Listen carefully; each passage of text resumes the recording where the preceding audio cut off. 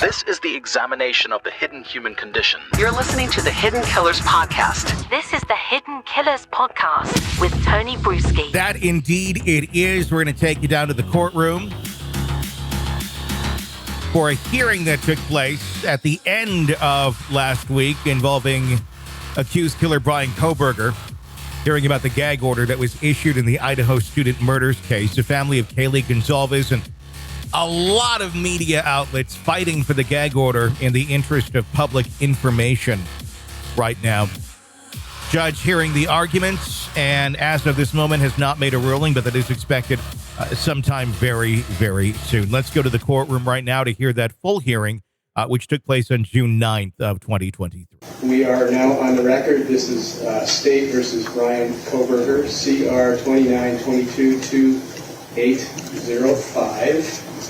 We're here for a hearing on the Goncalves family's motion to appeal, amend, and/or clarify amended dissemination order that was filed back on February 3rd, was delayed because the media sought some relief from the Idaho Supreme Court.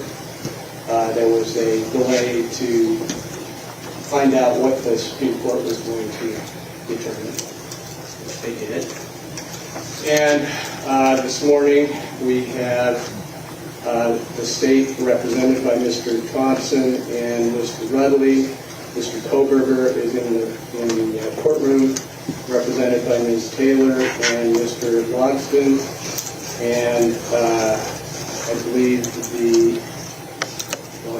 Gray is, there he is. Yeah, let me sit back here, Your Honor. And I believe some of the family is participating, observing on Zoom. So before we get into the arguments, I want to address the Goncalves family. And all the families, really. Didn't really have an opportunity to do this at the arraignment. My heart does go out to the families. And the loss to your children is devastating and horrific. I mean, there's no dispute about that. I also want to acknowledge and apologize because at the arraignment I did stumble over a couple of the names, Kaylee's name and Zayna's name, and I want to explain that. I was up all night, really ill, probably food poisoning, and I was not at full potential. Probably also some emotion and nerves as I read those names. And I'm sorry. So that's my apology for that. I know some people were concerned about that and wanted to address it. I also wanted to explain a procedure at the arraignment that apparently drawn from the media that some people were confused when Mr. Kohberger declined to enter a plea. And I just wanted to clear that up because I didn't really see any explanation about that in the media. That is Mr. Kohberger's right. And under Rule 11A1 of the Idaho Criminal Rules, and this is a quote, if a defendant refuses to plead, the court must direct the entry of a plea of not guilty. That is not unusual. But reading the media, it seemed like somewhat mysterious. So I wanted to explain that, particularly to the media. It's a small issue, but it's somewhat, I think that I have an obligation, just as the media has an obligation, to help to educate the public about the processes that we are responsible to follow in the courtroom, and that's important for journalists. That's also important for the citizens. So, if you're curious about that, you can always find the criminal rules on the Idaho Supreme Court website. And it's very, very easy to read them and maybe get a better understanding. All right, so that's my speech for today. Mr. Gray, come on up.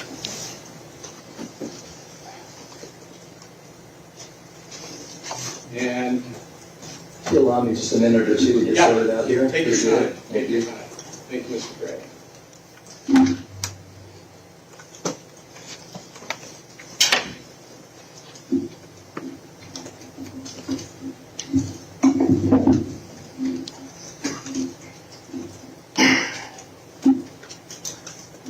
Can I proceed, Your Honor? Yes. Thank you, Mr. Gray. First, Your Honor, we'd like to thank you for apologizing to the victim's family. I think it was an emotional day for them, and they appreciate your apology. I know that they took that heartfelt.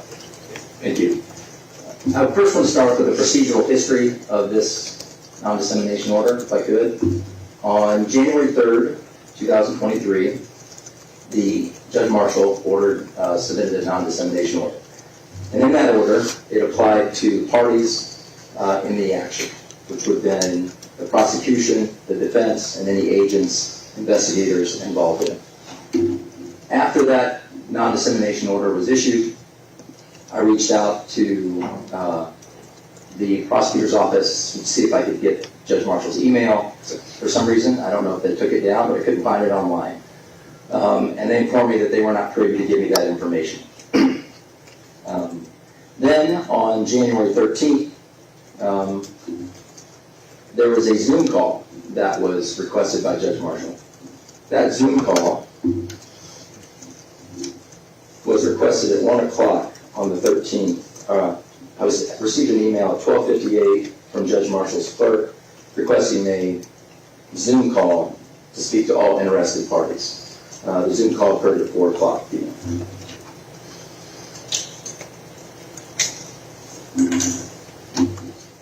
During that meeting, the judge reminded us, all the parties involved, it was the prosecution, it was the defense, it was myself, it was the attorneys for the victims' families, the attorneys for the witnesses, I believe were there as well, a number of attorneys, and reminded us that her non-dissemination order mirrored that of Idaho Rules of Professional Conduct 3.6. As part of that hearing, and I think it's details here, she talks about the rule applies to all lawyers participating in the Zoom meeting, the state and the defense and all attorneys for the witnesses. When she had that Zoom meeting, and I've requested the transcript from that Zoom meeting and haven't been able to receive it yet from Judge Marshall's court, so we could have a full transcript of what went on that day. But as part of that meeting, I had questioned Judge Marshall regarding the victim's family and whether or not they were allowed to speak to the media based on the fact that she had said all interested parties as well in the initial non-dissemination order. I didn't receive any clarification. I was just instructed to go back to Idaho Rules of Professional Conduct 3.6, as well as I was told, and this is in quotes from her Zoom release, take their duties in utmost regard in conducting themselves and advising their clients. I took that as I should tell my clients to be quiet. She reiterated that again in the Zoom call by saying that I had ethical duties strived above in the Idaho Rules of Professional Conduct for commentary of Rule 3.6. And she reminded me later that lawyers have a responsibility in giving advice to their clients.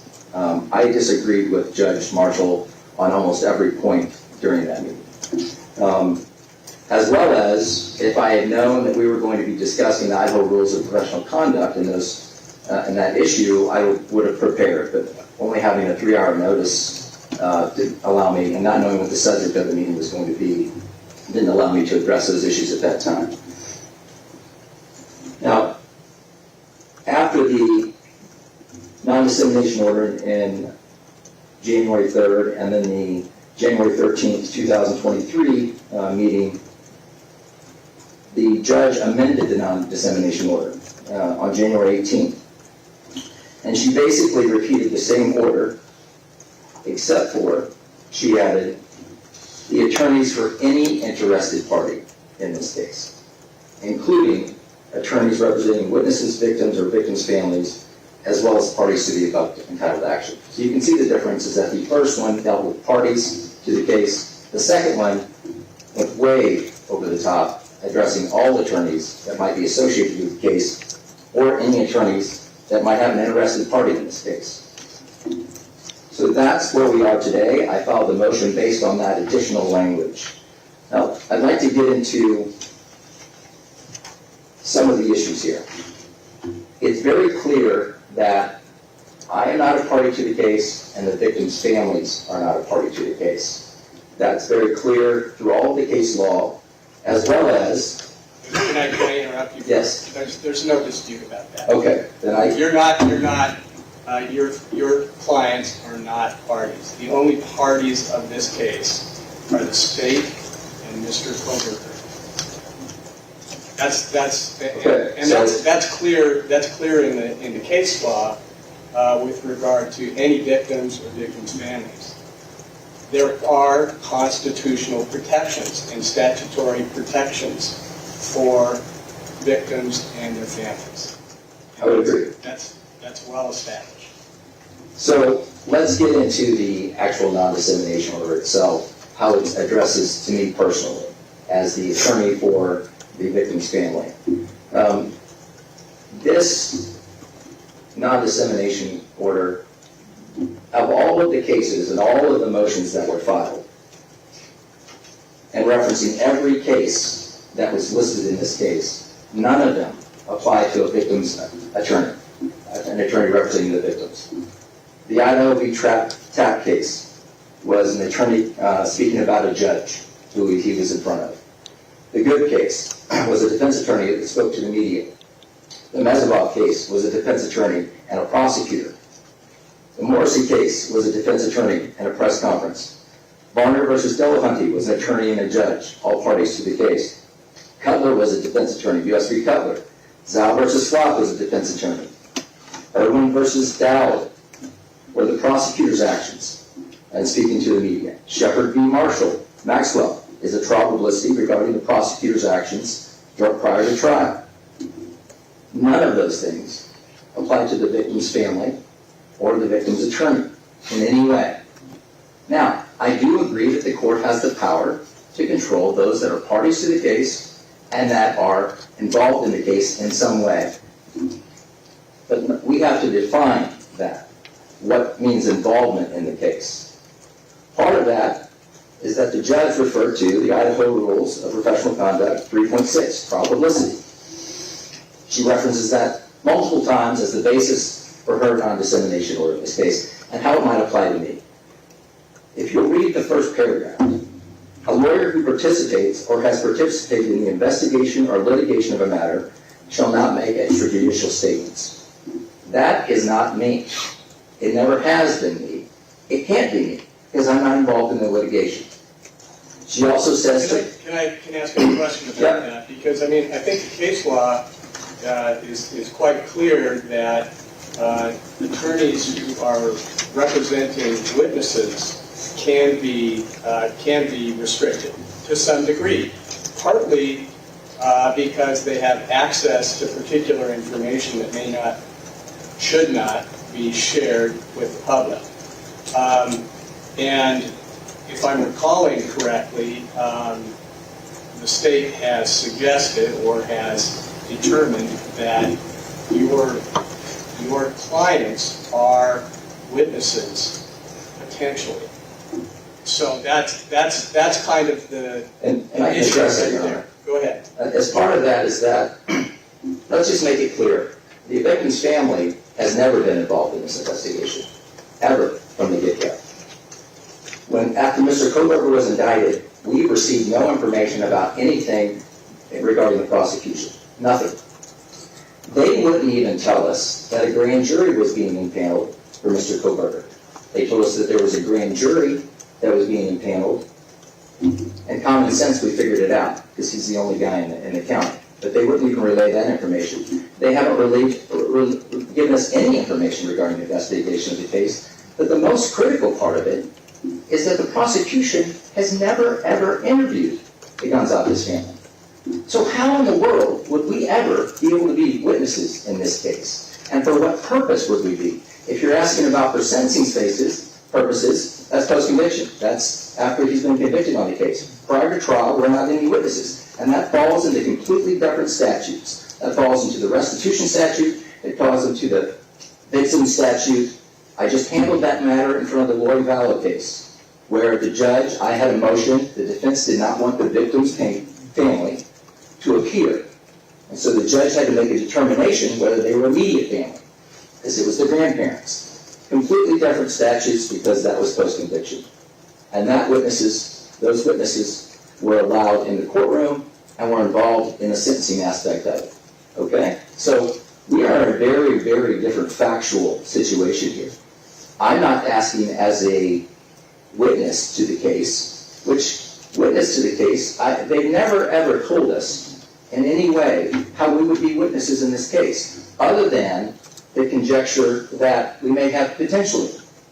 That's not good enough to stop the free speech of the victim's family, as well as myself. The other thing is that if the victims can say whatever they want during the free speech, and that's exempt, why would I not be allowed to say the same thing that they say? My understanding is that your clients are not restricted in any way, never have been.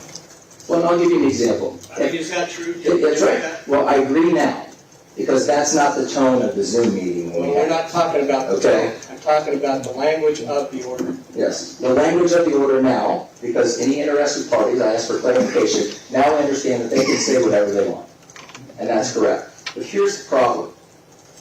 If they said, we think the judge is crazy, would I advise them against that? Absolutely. Thank you. But if I went and said, the family has said that they think the judge is crazy, there's nothing wrong with that. I'm repeating exactly what they said.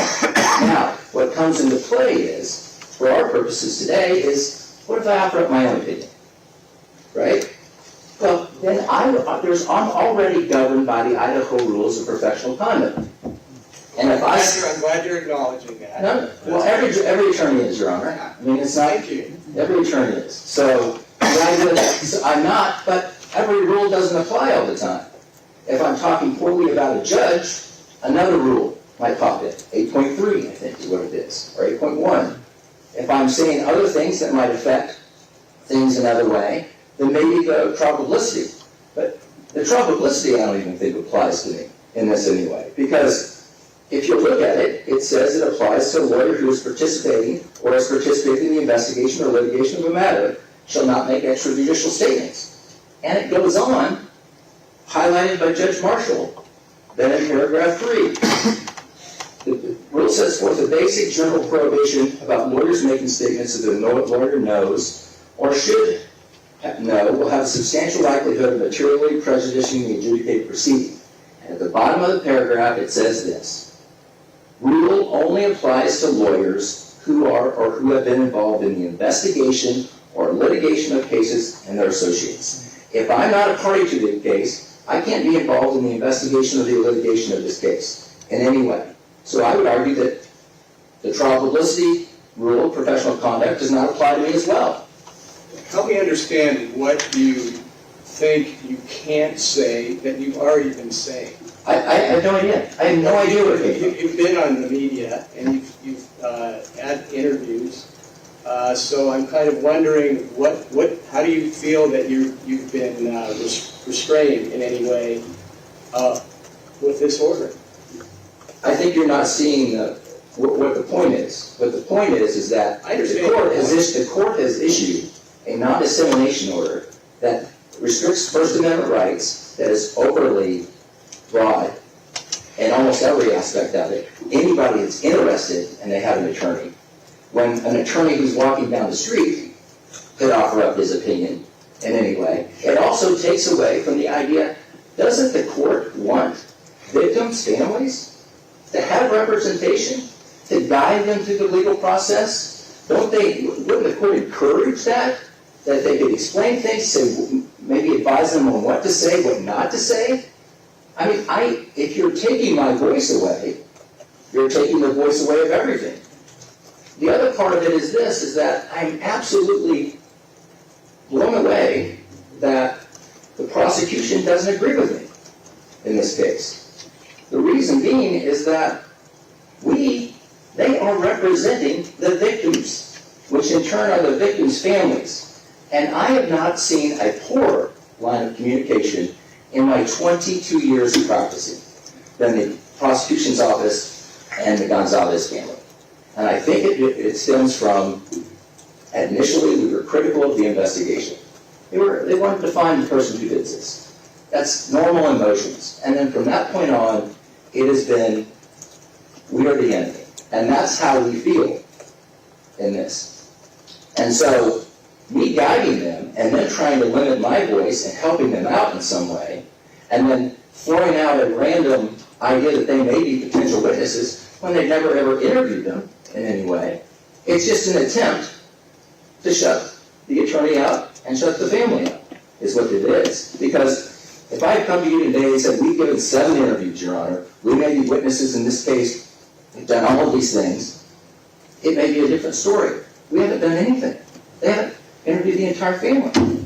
So, well, I don't know what's in all the investigation, obviously, and a lot of us don't know and probably won't know until the trial. And the other thing, well, let me just say this. I think one of the potential issues is this is potentially a death penalty case. Hasn't been noticed, but that is a potential. And the families of the victims certainly would be witnesses in that process of sentencing. That is not post-conviction, technically, is it? Well, if your goal is fair and impartial jury, right, that's the reason for the non-dissemination order. Well, after the conviction, that goes away. Well, it's also confidence in the process. So I have that job. I have a job of protecting and preserving the First Amendment and also the Sixth Amendment. And there is some balancing there. That is why lawyers who have access to information that is not accessible by the public have particular restrictions. That's what this whole case is about. In this hearing is about. And as an officer of the court, I can tell you we have zero access. Okay, so you're saying that the prosecutor's office has not shared information with your client. Regarding the facts of this case, no, they haven't. All right. How things occurred. Everybody's going to have a chance to weigh in on this, and I just, you're helping me understand what the issues are. So thank you. Well, so that's really the issue here. I mean, and this is an important ruling because what you're doing is this has never happened before. Ever has it happened before that a Judge Marshall, has tried to silence the attorneys for victims. Never has it happened that I'm aware of. Would you feel more comfortable if there was a more concrete description of what people could say and what they can't say? I don't think you have the authority to, Your Honor. Well, I think I do have the authority. Well, my argument is that part of the argument is that. In fact, I know I have the authority to do that. Well, and the authority would be through the attempt to have a fair and impartial jury, that you can control people that are involved in the case, correct? That's part of it. And we're not involved in the case. Okay, that's hard to accept. But we're not witnesses in the case. We're not involved in the investigation. We're not involved in the litigation. I can't file any motions. I can't subpoena anybody. I can't cross-examine witnesses. I can't do anything. So this idea that there's this loose idea that there may be, weighing that versus our freedom to speak, First Amendment, is We're talking about your That's right. speech. That's right. Not your client's speech. But that is my speech. That is part of it, though. Well, in your memorandum, you are suggesting that you also have an independent position that you are representing yourself. I do. It's distinctive from your responsibility to your clients. That's why the motion is for amending or clarification, because there's the clients that have the freedom to speak. There's me repeating what they have to say. If they said the judge, we thought the judge was crazy, and I said the judge was crazy, I can't be, it doesn't violate the non-dissemination order because I'm allowed to say that. And then there's my independent voice, where I said, the judge is crazy? Yeah, I think the judge is crazy.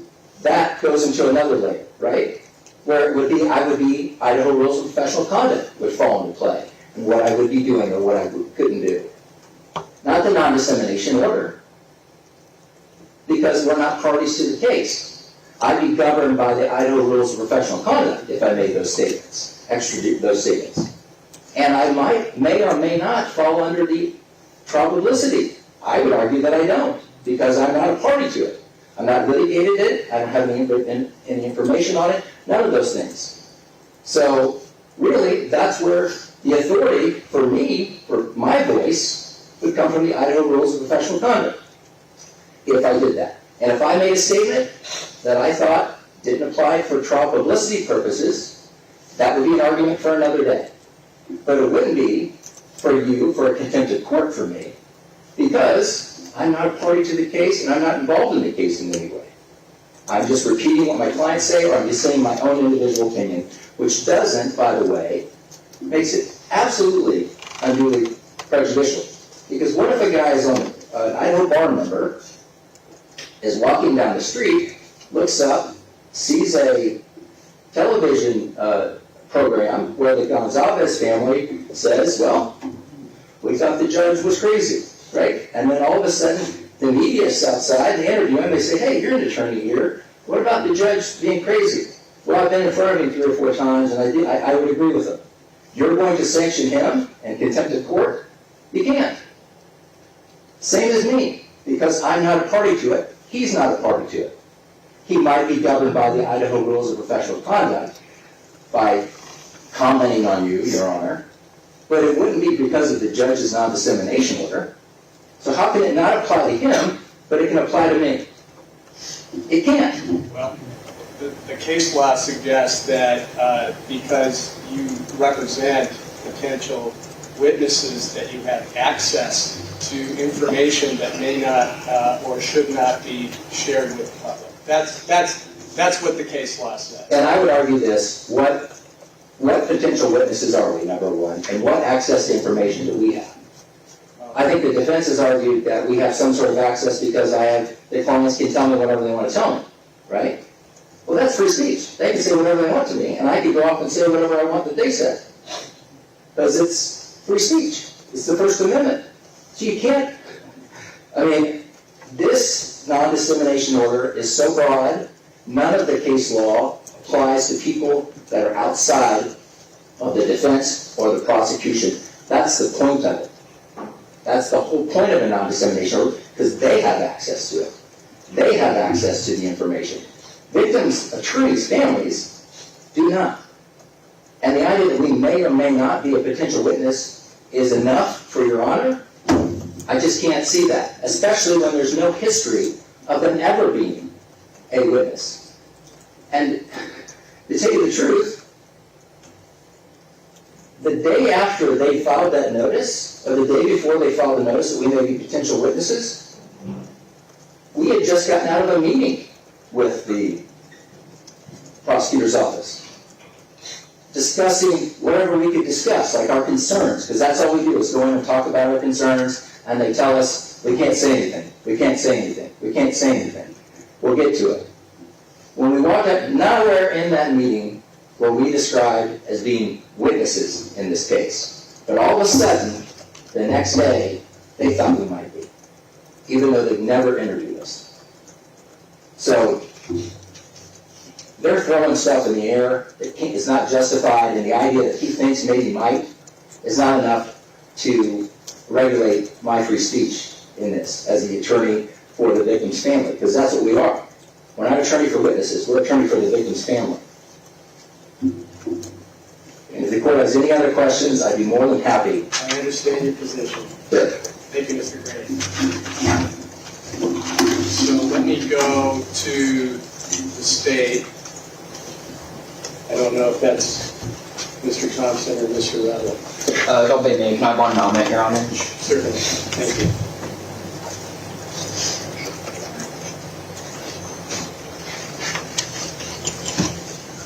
If I may, Yes, you may. Mr. Rudley is actually going to be arguing on the motions themselves, but as attorneys, we have a duty of candor to the court. Mr. Gray has made representations to the court that at best are misleading and in many ways simply untrue. I need to correct them for the record because the media is here. I do not want the public to come away with the impression that improprieties have occurred. First, Mr. Gray, on behalf of his clients, has propounded a number of questions to our office and investigators. We have answered the ones that we can. We have not shared ones that we are concerned that Mr. Gray or his clients would make public and compromise the integrity of the investigation. For him to say that we've provided more information is simply not true. Secondly, he claims that law enforcement has not interviewed his clients and that somehow that is the investigator's fault. In fact, from the very beginning, the investigators have attempted to interview his clients and Mr. Gray has not permitted it. So just for the record, I want to make sure that's clear. Thank you, Your Honor. If I can speak to that, Your Honor. You'll be able to come back in after you hear the other arguments. Thank you. Mr. Rutland, go ahead. Thank you, Your Honor. In State v. Spencer, the Idaho Supreme Court noted that it is also the duty of the prosecutor to ensure the right to a fair and impartial trial. Under the dictates of Shepard v. Maxwell, the court has a duty to take affirmative steps to address the impacts that intense pretrial publicity can have on a case. As noted in Shepard, Nebraska Press Association versus Stewart, and their progeny, an order like the one in this case is an appropriate measure for addressing that duty of the court. As Mr. Boston's experts have noted, attorneys often have information about a case that may not be appropriate for dissemination in the press. Additionally, attorneys carry a greater weight when appearing on television. For instance, what might be easier for the parties to address is a juror that says, I've seen coverage on the case, but I don't always trust what I've seen on TV, and I can set that aside. What's more difficult is a juror that says, I've seen attorneys for the prosecution, attorneys for the defense, or attorneys for the victims on television talking about a critical aspect of the case. In the matter of Gentile versus State Bar of Nevada, that case involved an attorney who held one press conference in 1991 after the indictment of his client. In this case, Mr. Gray's repeatedly issued statements and been on television. At minimum, it's insincere to argue that he's feeling bound by the order when it's clearly not abided by. In Gentile, the court noted that the speech of attorneys is subject to less substantial, or can be regulated by less substantial means. In this case, as we've shown by the affidavit we filed, the Goncalves families are potential witnesses in a trial, or more specifically, at sentencing. The order in this case is not vague, overbroad, unduly restrictive, or not narrowly drawn. It precludes all extrajudicial statements of the attorneys in this case, attorneys for the witnesses, victims, law enforcement, and investigators. The order addresses if the court were to apply strict scrutiny, the order addresses a substantial likelihood that pretrial publicity poses to the integrity of the judicial system and is tailored to ensure that the rights to a fair trial are upheld. As we briefed in the case of Levine, the alternatives such as sequestration of the jury or changing a venue aren't going to mitigate the impacts of statements, extrajudicial statements in this case, and are unlikely to do so. Thus, the state contends that the order is an appropriate measure of the court to uphold its duty under Shepherd, Nebraska Press Association, and the like to preserve the right to a fair and impartial trial. At a minimum, Mr. Gray's statements that he's not bound by trial publicity rules or 3.6 in this case illustrate why the order of the court is necessary in this matter. And so we would ask that the court uphold the amended non-dissemination order, or at most, tailor it to those statements specifically precluded in Rule of Professional Conduct 3.8. And with that, I'll stand for questions. Thank you, Mr. Redley.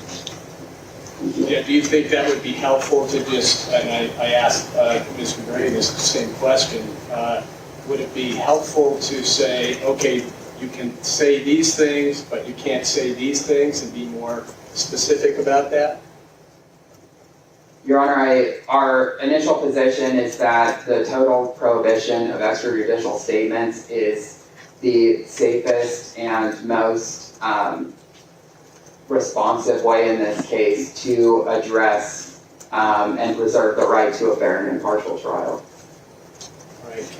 Can you go back? You mentioned this about the standard particularly applying to the lawyers who are somehow connected with the case. Yes, Your Honor. In Nebraska Press Association v. Stewart, it's noted that I believe Justice Brennan states that there's no doubt that the court has authority, though it's in a footnote, it's no doubt that the court has authority to regulate the speech of attorneys, witnesses, and other participants in the court process. At this point, the evidence that's been provided is that the family would be potential witnesses in the case, as Mr. Thompson mentioned.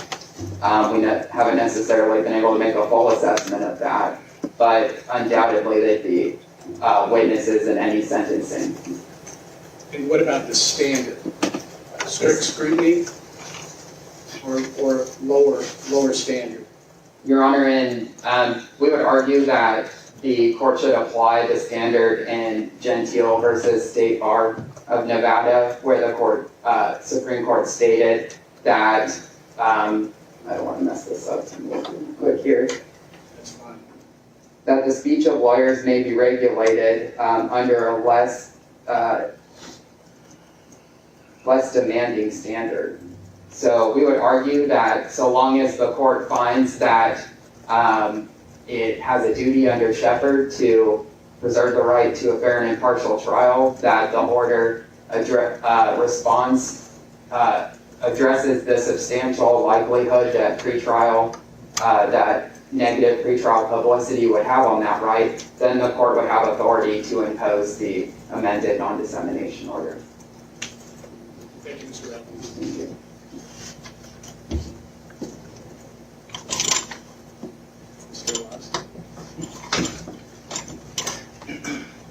Judge, I think a lot has already been said, and obviously we wrote a lot in the briefing, so I guess I'll just touch on a couple of things. In terms of the argument that the victims' families are not involved in the litigation of this case, and therefore don't fall in 3.6, it would be our position that if you have statutory and constitutional rights involved in this case, you're involved in the litigation.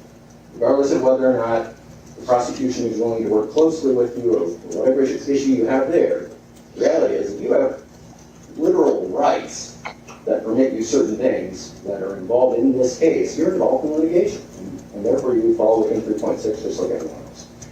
Second, the standard from Gentile is the substantial likelihood of material prejudice. I don't want to get too much into that, Judge. I think that's kind of this afternoon's argument. I think the main thing before the court, as far as Mr. Gray and the family, is just, do they fall within this, and then the court to decide what is appropriate.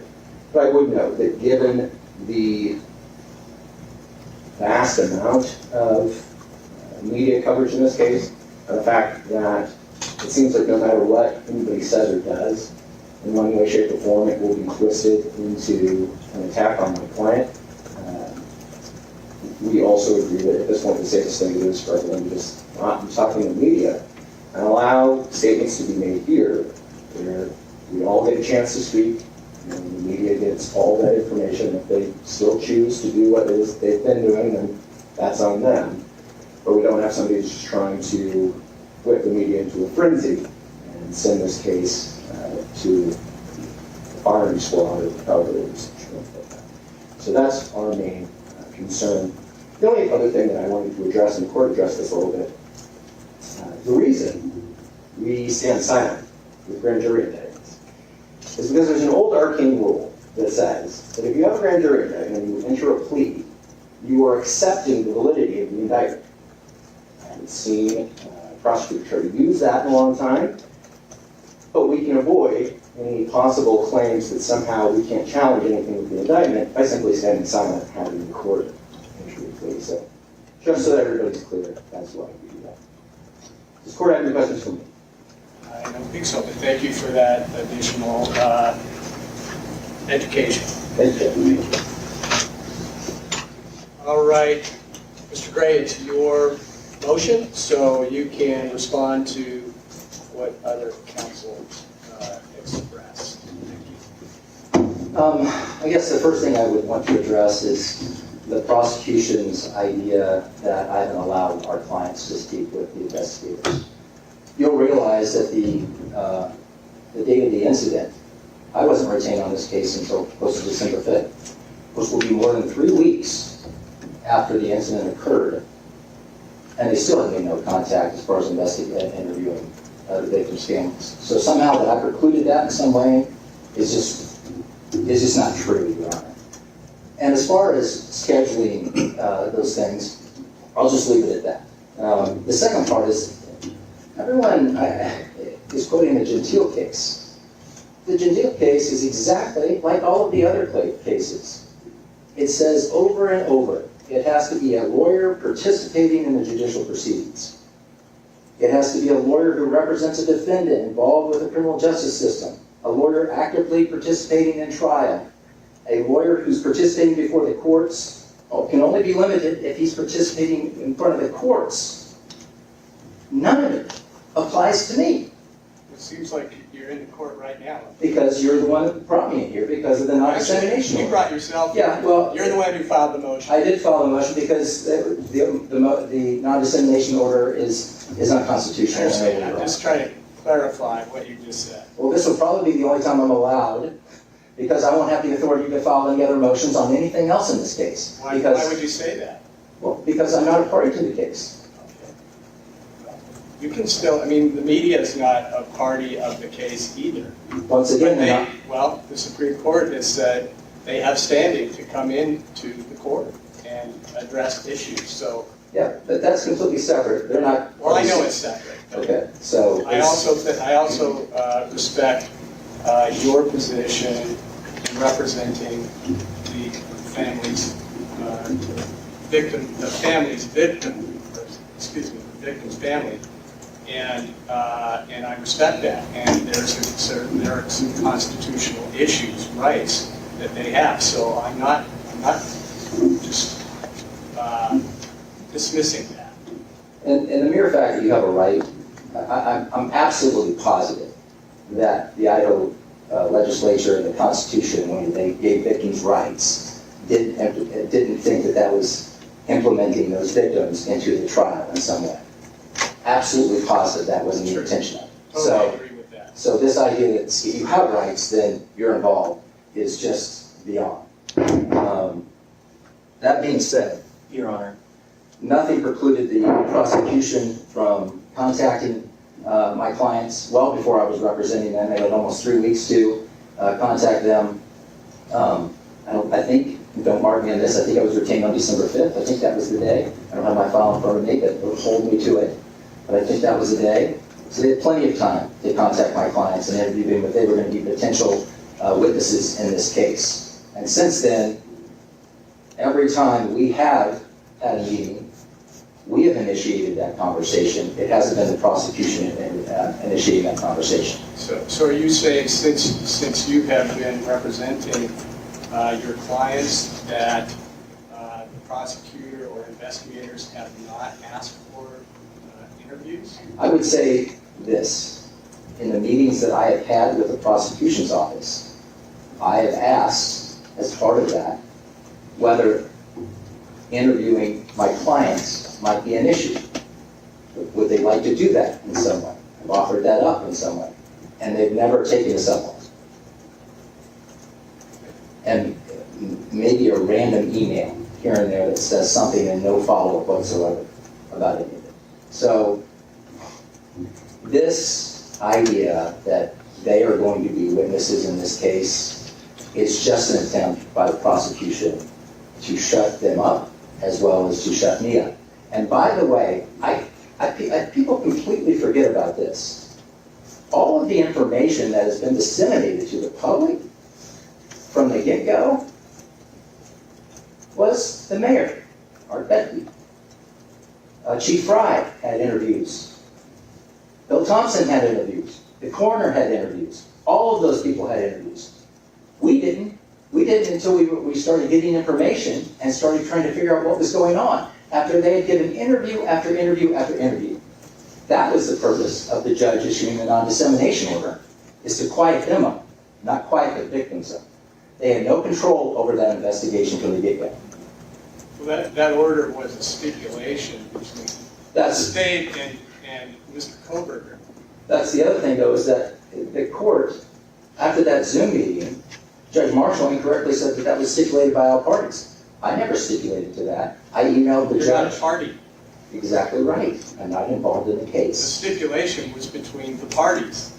So you correctly stated who the parties are.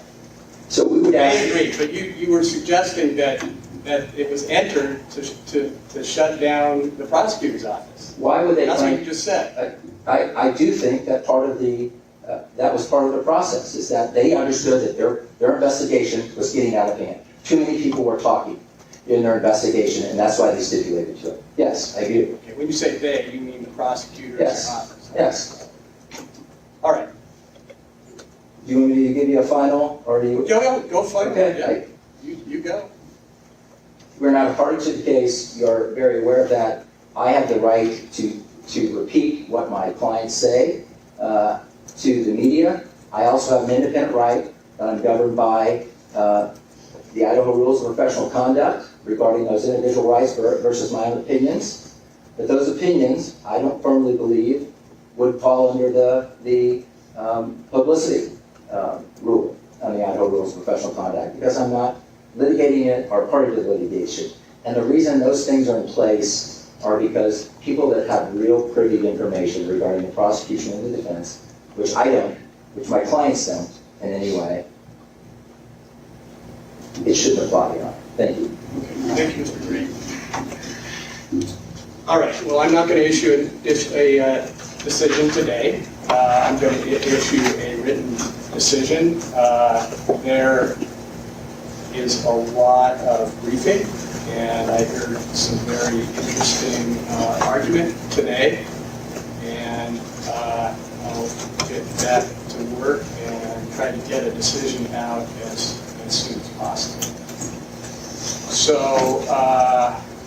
anything else we need to address before I adjourn? Mr. Thompson? I don't think so, Your Honor. Ms. Taylor? Mr. Anything else? Yeah, Your Honor, we thought you'd probably want to issue an order and wait, but I guess we're just wondering if in the meantime, the order as it is remains in place. Yes. Thank you, Judge. It remains in place until I address it. So, with that, we are adjourned. This is an examination of the hidden human condition. This is the Hidden Killers Podcast. The Hidden Killers Podcast. With Tony Bruschi. Of course, we are keeping you up to date on this case and so many more. If you'd like to follow any of our cases individually, you can do that. The True Crime Today Network. You can get it ad-free when you sign up through Apple Podcasts, or just go to our description of the episode. The list of our case channels are there for you right now. You can follow exclusive cases, including the Idaho murders, the case against Kohberger. My name's Tony Bruschi. Stay with us.